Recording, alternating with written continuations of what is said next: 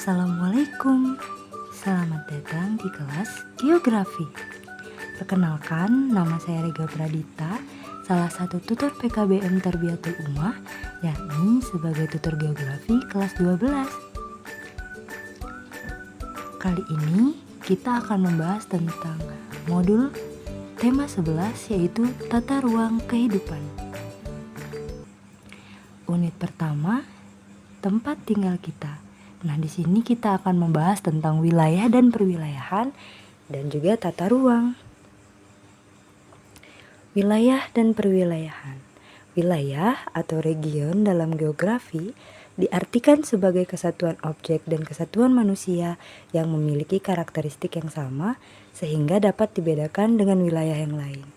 Menurut Undang-Undang Republik Indonesia Nomor 26 Tahun 2007 tentang penataan ruang, wilayah adalah ruang yang merupakan kesatuan geografis beserta segenap unsur terkait yang ditentukan berdasarkan aspek administrasi atau aspek fungsional.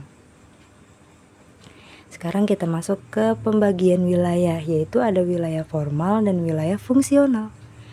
Wilayah formal merupakan bagian dari wilayah suatu negara, tetapi wilayah tersebut mempunyai alam dan kesatuan manusia.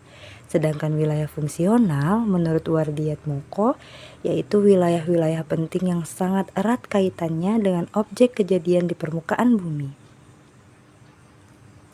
Kita masuk ke perwilayahan. Apa sih itu perwilayahan? Perwilayahan atau regionalisasi adalah suatu proses penggolongan wilayah berdasarkan kriteria tertentu. Nah, penggolongan wilayah secara garis besar terbagi atas natural region atau wilayah alamiah atau fisik. Pembagian wilayah ini didasarkan dari penampakan alam suatu wilayah seperti wilayah pertanian, perkebunan, wilayah pertambangan, dan kehutanan. Yang kedua yaitu single feature region atau wilayah ketampakan tunggal. Nah, pembagian wilayah ini didasarkan pada suatu penampakan saja, mencangkup wilayah yang sangat luas seperti pembagian wilayah berdasarkan iklim, jenis hewan, dan jenis bebatuan.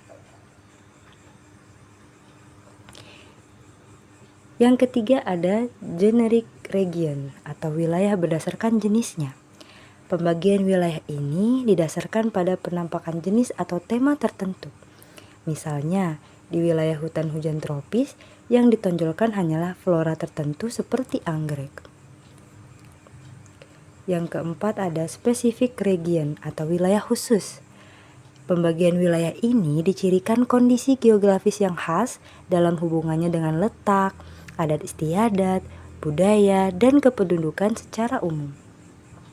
Yang terakhir ada faktor analisis region atau wilayah analisis faktor. Pembagian wilayah ini berdasarkan metode statistik deskriptif atau dengan metode statistik analitik. Maksudnya adalah penentuan wilayah berdasarkan analisis faktor tertentu, terutama bertujuan untuk hal-hal yang bersifat produktif seperti penentuan wilayah untuk tanam jagung dan kentang. Kita masuk ke manfaat pembagian perwilayahan.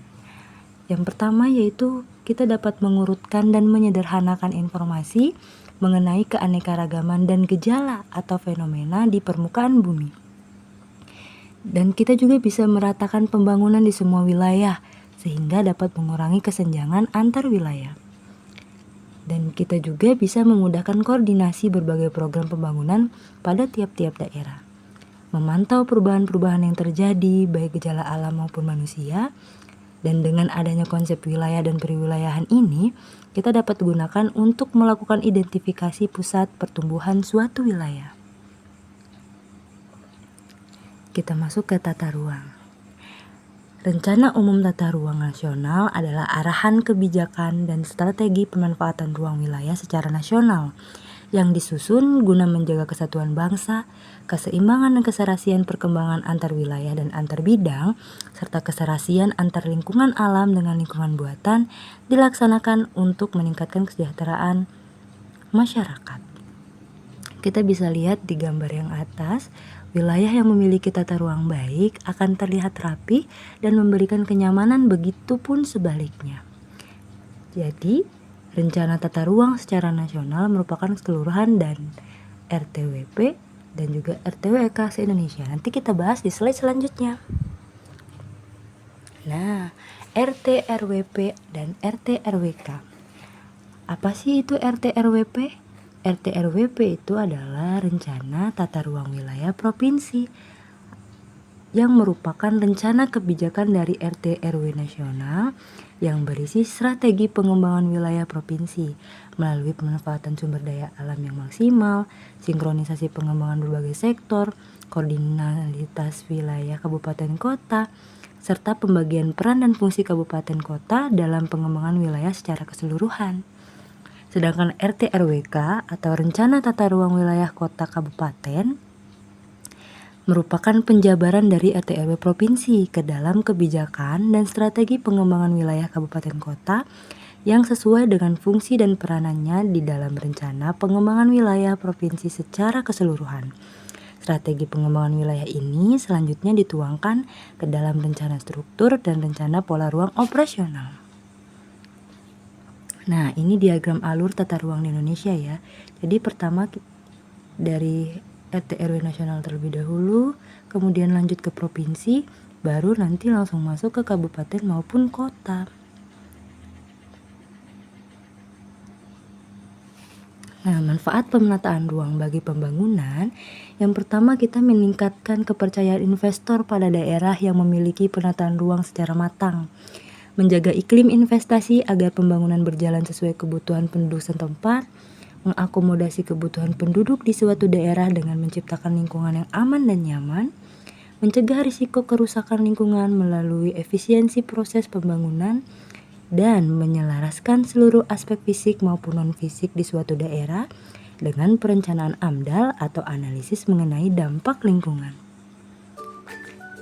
Ada pertanyaan? Terima kasih.